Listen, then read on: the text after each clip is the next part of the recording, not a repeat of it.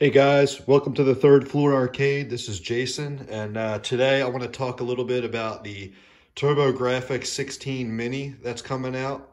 Unfortunately, I just found out a couple days ago it was being delayed from that March 19th release date off Amazon. So we'll see what happens with that. Hopefully it's only delayed a few weeks. So the TurboGrafx, this is a system that came out in 1989. I was about 7 years old when this thing came out, so it was the first system I actually owned. Its main competition back in the day was the NES, Super Nintendo, and Genesis. And unfortunately, the TurboGrafx, even though it had a lot of great games, it just couldn't keep up with those other giants out there in the market.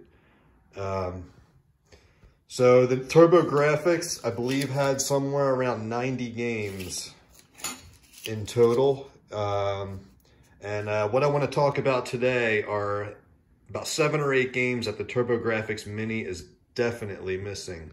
And it's a shame that they left these off because I'm very excited for the TurboGrafx Mini. So the first game the TurboGrafx Mini should definitely include is Vigilante. Now, Vigilante was a side-scroller, beat-em-up type, kind of like Double Dragon or Streets of Rage. It was a lot of fun. You could probably beat the game in about 35 minutes. It was a pretty short game, but it was definitely a fun game. And I believe this game was in the first group of games launched for the TurboGrafx 16 in 1989. Now, the second game that the TurboGrafx Mini is definitely lacking is Keith Courage in Alpha Zones. Now, this game wasn't the greatest, but this was actually the game that was included with the system when the TurboGrafx first came out. It was kind of like a side-scrolling action type game. I thought it was super hard, and it was an average game, but just the fact that it was the game that it came out with, I think it should be included in the TurboGrafx Mini. Now, the third game the TurboGrafx Mini desperately needs that doesn't have currently on the list is Battle Royale. Now, this game was a very fun wrestling game, and you could play with 4 players via the TurboTap. It was a great game. You had your friends over and all play at the same time.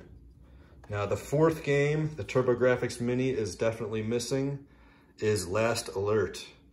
This was kind of like an overhead view, shoot 'em up type game, kind of like Shock Troopers for the Neo Geo. It was a TurboGrafx CD game. It had super corny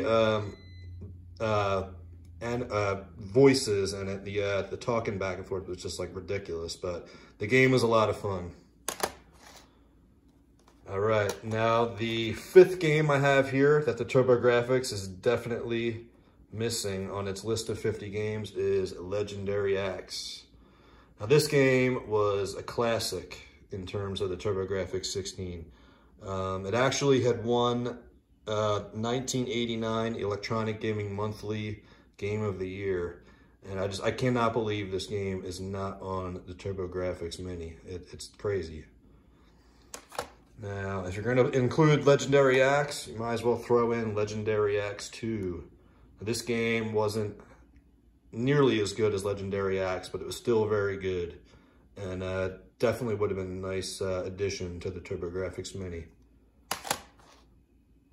All right, now the next game I have here that is lacking from the TurboGrafx Mini game list is Bloody Wolf. This game, in my opinion, was probably in the top 3 or 4 games that TurboGrafx had. It was kind of like an overhead view shooter game. You're a military guy trying to rescue the president. It had you could ride a motorcycle. It was just very cool. A very cool game.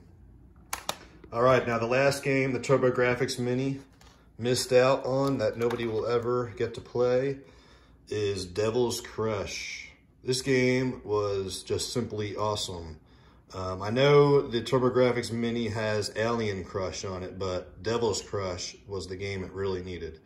It was a lot better than Aliens Crush.